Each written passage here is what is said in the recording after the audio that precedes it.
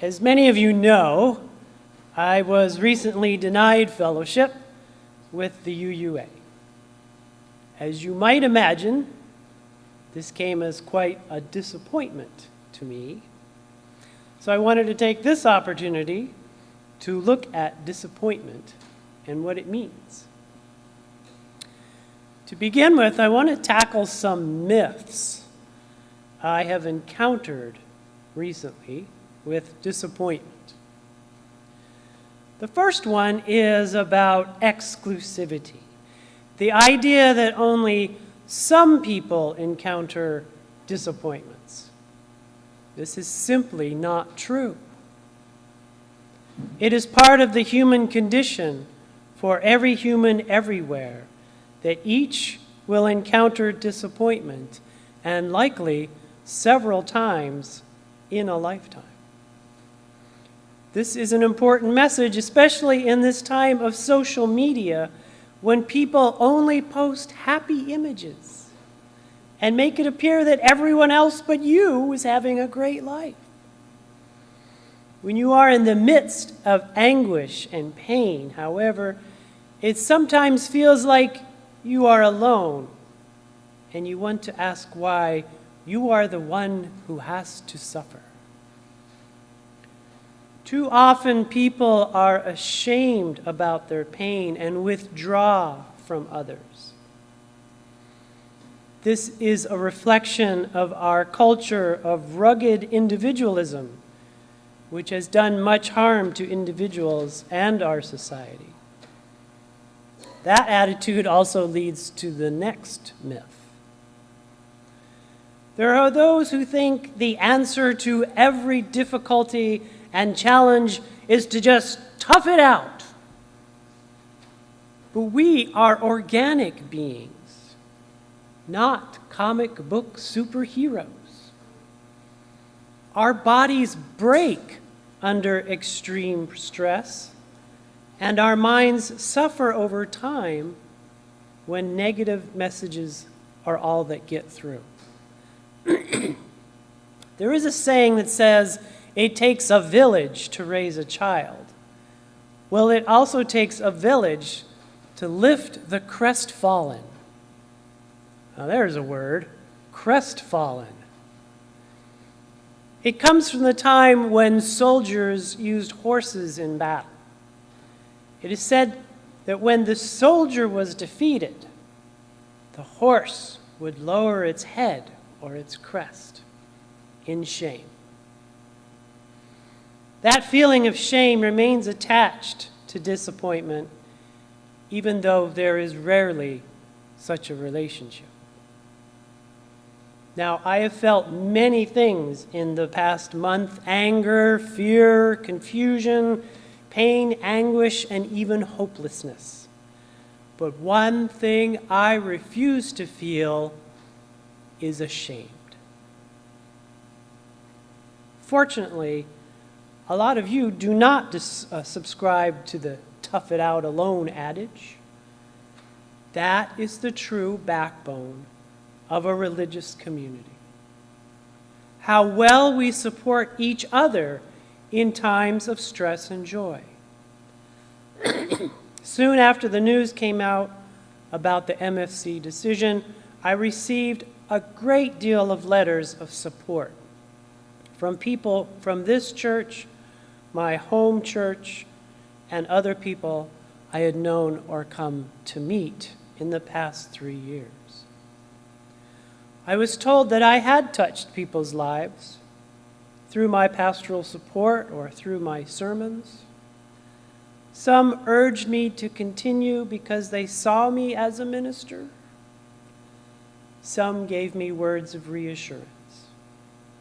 I was touched by every one of these conveyances, and if I did not thank you right away, please know that every supportive thought was meaningful and important to me.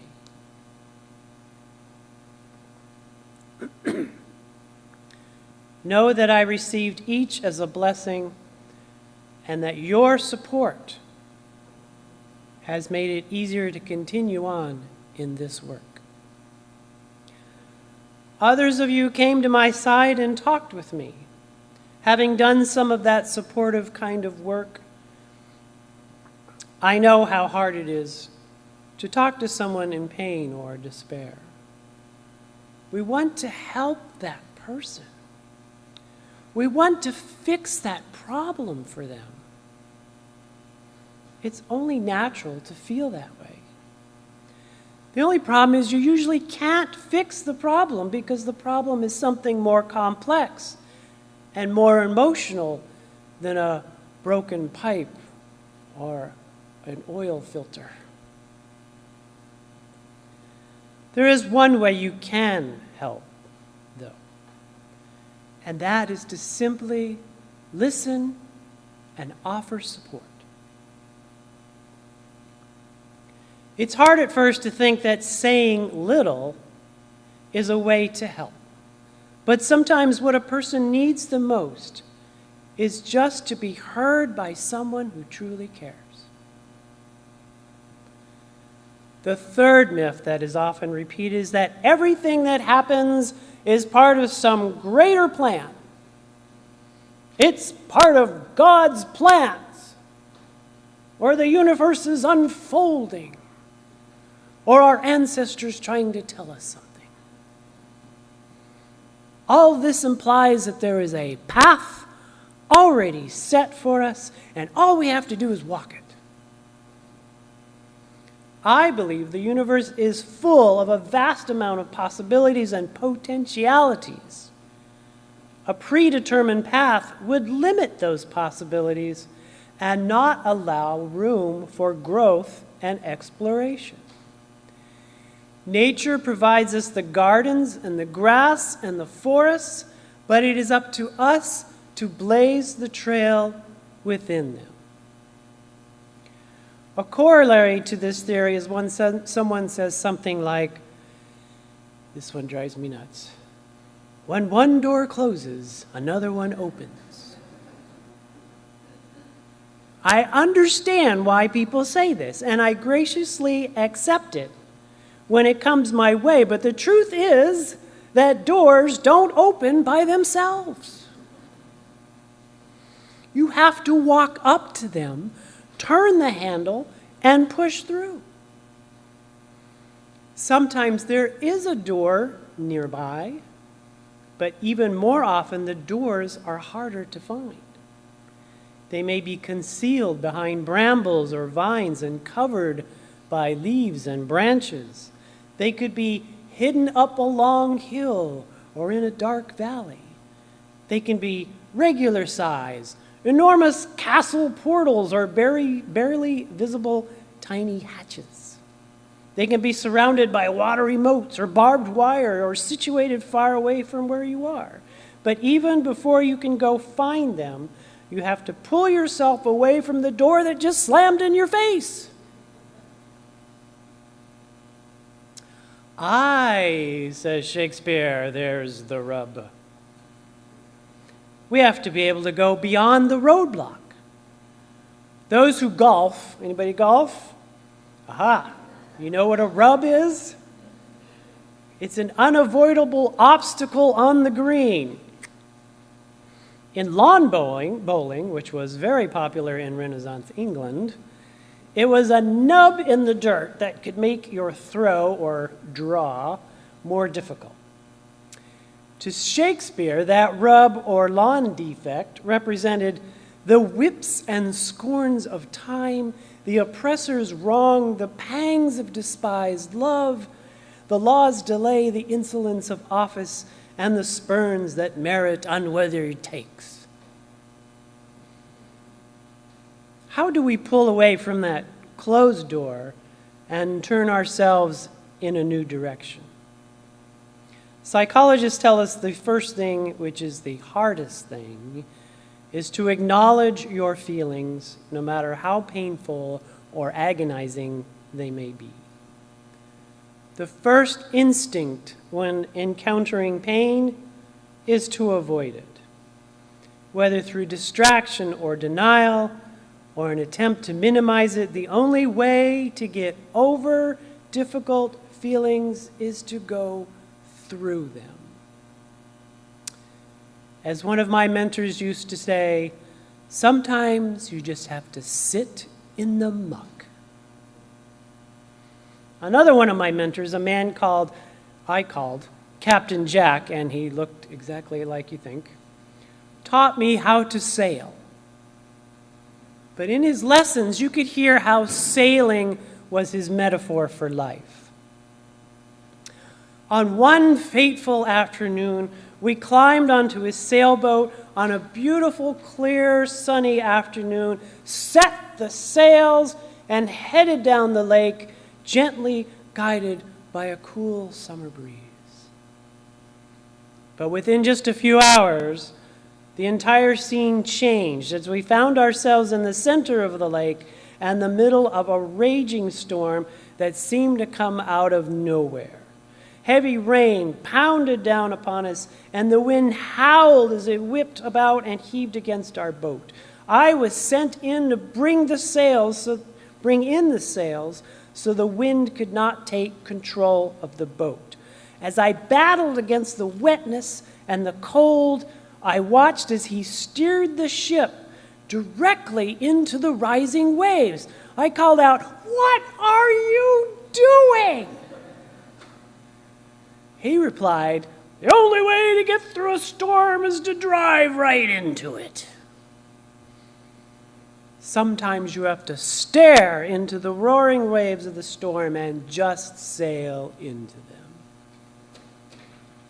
The second piece of advice about overcoming disappointments is to seek out good people. Find those people who do not talk about doorways, but who will sit with you, hold your hand, and listen to your story without judgment. Let them help you find some peace. As your friends display kindness to you, be kind to yourself. Because you will always be a human worthy of dignity and respect, no matter what happens to you. Take some time to learn from the experience in a way that may help you grow, not spread anger or hatred, and in a way that could maybe allow you to adjust your expectations or develop a new vision entirely. Now, that is all good secular advice, but we are here to understand the spiritual message of life's disappointments. Think of those pillars you see in those great, grand cathedrals. None stand alone. Each is there to support the other, and together they reach up to hold the ceiling and allow us to view the sacred. We are each a pillar in our own cathedral. We do not exist to live our lives alone. We are here to hold each other up together so that we may look up and behold the divine. This is the essence of a strong spiritual community. When one pillar falters or fails, when someone encounters disappointment, they should be able to turn to their spiritual community, be lifted up, and given a vision of the divine. Finally, let me leave you with one last thought. Disappointment is not defeat. When you come across a painful disappointment in your life, and you will, turn your ship into the storm. Collect your shipmates together. Hold on tight and ride the waves. And when the waves finally subside, pick yourself up off the floor and look for the door. No matter if it may be near or far, no matter if it may be hard to find, no matter if it may be hidden or obscured, find it. When you do, make your way to it. Push aside the debris and reach up. Then with all your might, grasp the handle, turn it, and push it open. in the name of that which you hold in your hearts to be most sacred. May it be so.